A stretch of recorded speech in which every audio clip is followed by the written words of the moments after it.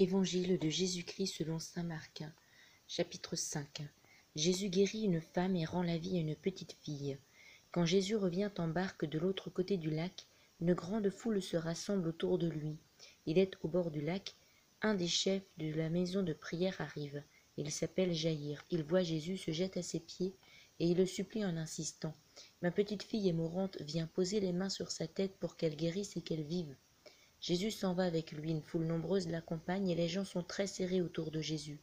Dans la foule, il y a une femme qui perd du sang depuis 12 ans. Elle a beaucoup souffert chez de nombreux médecins, elle a dépensé tout son argent, mais elle ne va pas mieux, au contraire, elle va plus mal. Cette femme entend parler de Jésus, alors elle vient dans la foule derrière lui et elle touche son vêtement.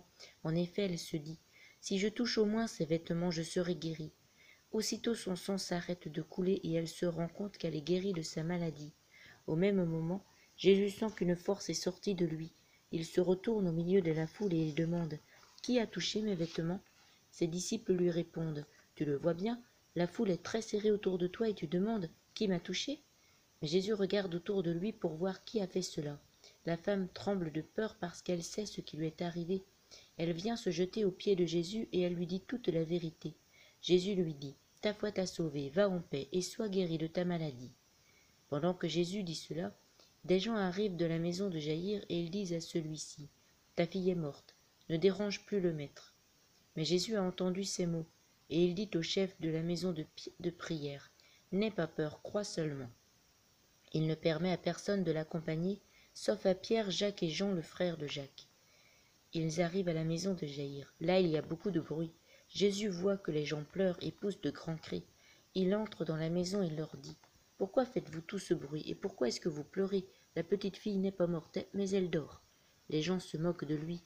Alors Jésus fait sortir tout le monde. Il prend avec lui le père et la mère de l'enfant et ses 3 disciples. Il entre dans la pièce où la petite fille se trouve. Il la prend par la main et lui dit « Talitha koum ». Cela veut dire « Petite fille, je te le dis, lève-toi ». La petite fille se lève tout de suite et elle se met à marcher. Elle a 12 ans. Ceux qui sont là sont très étonnés. Mais Jésus leur demande avec force « Ne dites rien à personne. » Ensuite il leur dit « Donnez-lui quelque chose à manger. »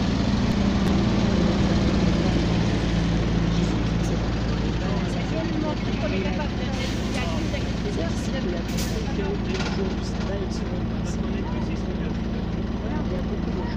En l'écoutant, ils sont très étonnés qu'ils disent « Qui lui apporte cela? Cette sagesse qu'il a reçue.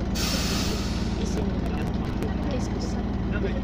C'est bien le chef potier, le fils de Marie, le frère de Jacques, de José, de Jude et de Simon. Et ses sœurs vivent ici chez nous. Cela empêche les gens de Nazareth de croire en Jésus.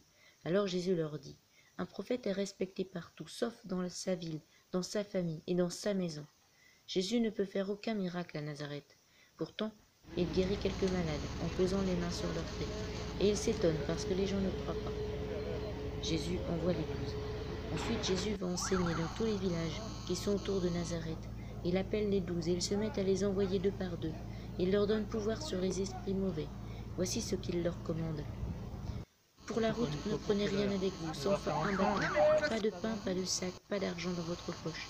Mettez des sandales, mais emportez un seul vêtement. Jésus leur dit encore, quand on vous recevra dans une maison, restez-y jusqu'au moment où vous quitterez l'endroit. Quand les gens ne voudront pas vous accueillir quelque part, quand ils ne voudront pas vous écouter, partez en secouant la poussière de vos pieds. De cette façon, vous leur montrerez qu'ils ont mal agi. Les disciples partent, et ils demandent aux gens, changez votre vie. Ils chassent beaucoup d'esprits mauvais et ils guérissent beaucoup de malades, en versant de l'huile sur eux. Hérode et Jésus.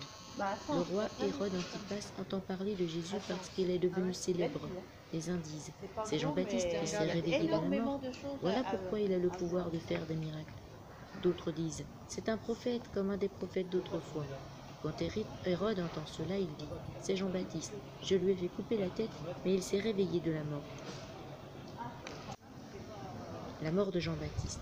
Voici l'histoire de la mort de Jean-Baptiste. Hérode Antipas a pris pour femme Hérodiade, la femme de son frère. Jean dit à Hérode, tu n'as pas le droit de prendre la femme de ton frère. Alors Hérode lui-même commande d'arrêter Jean, et il le fait attacher et mettre en prison. Hérodiade déteste Jean, et elle veut le faire mourir, mais elle n'y arrive pas. parce qu'Hérode respecte Jean. Il sait que c'est un homme juste et saint, et il le protège. Quand Hérode écoute Jean, il ne sait plus ce qu'il faut penser. Pourtant, il aime bien l'écouter. Mais un jour, Hérodiade trouve une bonne occasion pour faire mourir Jean. C'est l'anniversaire d'Hérode, et celui-ci donne un grand repas. Il invite les notables, les chefs de l'armée et les gens